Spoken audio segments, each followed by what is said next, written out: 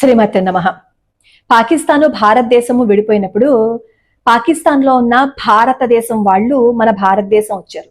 December నెల, చలి, ఎక్కడ తలదాచుకోవాలో వాళ్ళకి తెలియలేదు. తెలియకపోతే అక్కడ మసీదు ఉంటే అందులోకి వెళ్ళి తలదాచుకుంటే మహాత్ములు గారు ఏం చెప్పారు అంటే, మీరు ఎందుకు ఇక్కడ ఉన్నారు, మీరు బయటికి వెళ్ళిపోండి, వాళ్ళకి ఇబ్బంది అవుతుంది, వాళ్ళకి ఎటువంటి ఇబ్బంది రాకూడదని చెప్పి అర్ధరాత్రి డిసెంబర్ నెలలో బయటికి పంపించేశారు. అందులో చిన్నపిల్లలు ఉన్నారు, ఆడవాళ్ళు ఉన్నారు, ముసలి వాళ్ళు ఉన్నారు, ఒంటి మీద బట్ట కూడా సరిగ్గా లేని వాళ్ళు కూడా ఉన్నారు.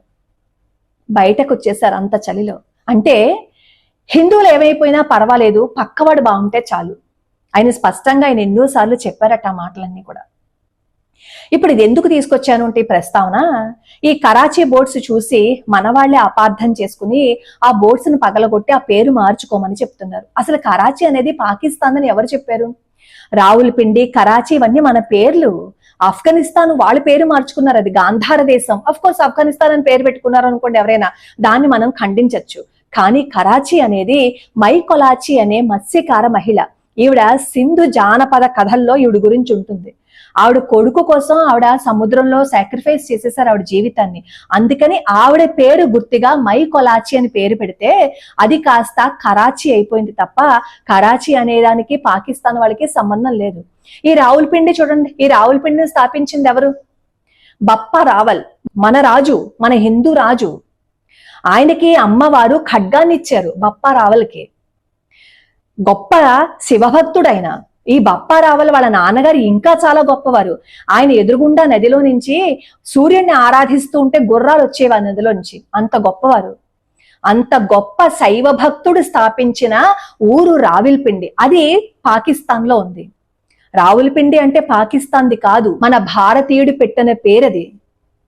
ఈ మ్లేచ్చులని తరిమి తరిమి తరిమి కొట్టి రావులపిండిని స్థాపించింది బప్పా రావల్. అలాగే ఈ కరాచీ కూడా ఒక మై కొలాచి అనే మత్స్యకార మహిళ పేరు పెట్టారు. కలహోరా రాజవంశస్థులు ఈ కరాచీ దగ్గర ఉన్న పరిసర ప్రాంతాల్లో పరిపాలిస్తూ ఉండేవారు. అది సింధ్ పేరు, పాకిస్తాన్ వాళ్ళది కాదు. కరాచీ అనేది పాకిస్తాన్ వాళ్ళు పెట్టలేదు. అసలు మన దేశంలో ఈ బయట వాళ్ళు ఎప్పుడు ఉన్నారు? ఇది భారతదేశం కదా. కలిసి ఉన్న మనదానికి బయట నుంచి వాళ్ళు వచ్చి స్థిర నివాసాన్ని ఏర్పరచుకున్నారు తప్ప మనమేమి వాళ్ళ పేర్లు తీసుకోలేదు. మన పేర్లే ఇంకా వాళ్ళు కొన్ని ఉంచుకున్నారు, కొన్నిటిని మార్చేశారు. ఈ కరాచీలో మన హిందువులు పార్సీలు ఎక్కువగా ఉంటే అక్కడ వ్యాపారానికి కూడా గండి కొట్టేసి వాళ్ళు వ్యాపారం చేసుకోకుండా ఇబ్బంది పెడుతూ ఉంటే అక్కడి నుంచి భారతదేశం వచ్చేసారు. పార్సీలు, హిందువులు అందరు ఇక్కడికి వచ్చేసారు. వచ్చేసి వాళ్ళున్న పేరుని వాళ్ళు పెట్టుకున్నారు. ఈ సింధ్ అంటే మై కొలాచి అనేది సింధ్ మహిళ పేరు కదా, ఆ పేరుని వాళ్ళు పెట్టుకున్నారు అంతే. ఆ పేరు మార్చేశారు కరాచీ అని, ఆ పేరుని వాళ్ళు పెట్టుకున్నారు. మళ్ళీ చెప్తున్నాను, సింధులు అంటే హిందువులే, వాళ్ళు హిందువులే. అక్కడ సింధు మహిళ పేరు మై కొలాచి. సింధు మహిళ మై కొలాచి అంటే ఆమె హిందువే కదా. కరాచీకి పాకిస్తాన్ వాళ్ళకి సంబంధం లేదు.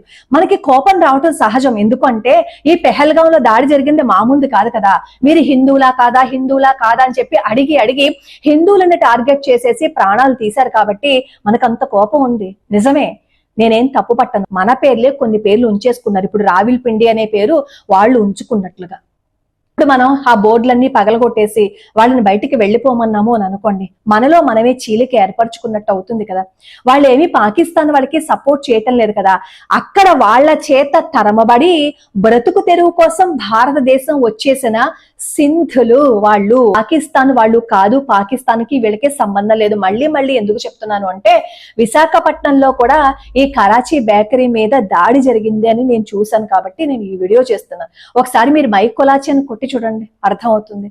మనం మన వాళ్ళనే అపార్థం చేసుకుంటే, మనలో మనకే చీలికలు ఏర్పడిపోతే, మనలో మనమే దూరం అయిపోతే, మనల్ని విభజించేసి పాలించే వాళ్ళు చూస్తున్నారు మనల్ని విభజించడానికి, పాలించడానికి.